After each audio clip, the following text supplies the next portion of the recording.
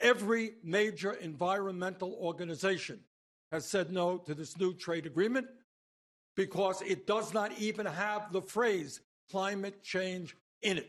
And given the fact that climate change is right now the greatest threat facing this planet, I will not vote for a trade agreement that does not incorporate very, very strong principles to significantly lower fossil fuel emissions in the world.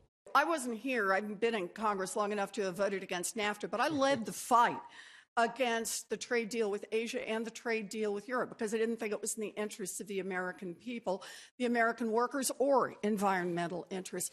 But we have farmers here in Iowa who are hurting, and they are hurting because of Donald Trump's initiated trade wars. We have workers who are hurting because the agreements that have already been cut really don't have enforcement on workers' rights.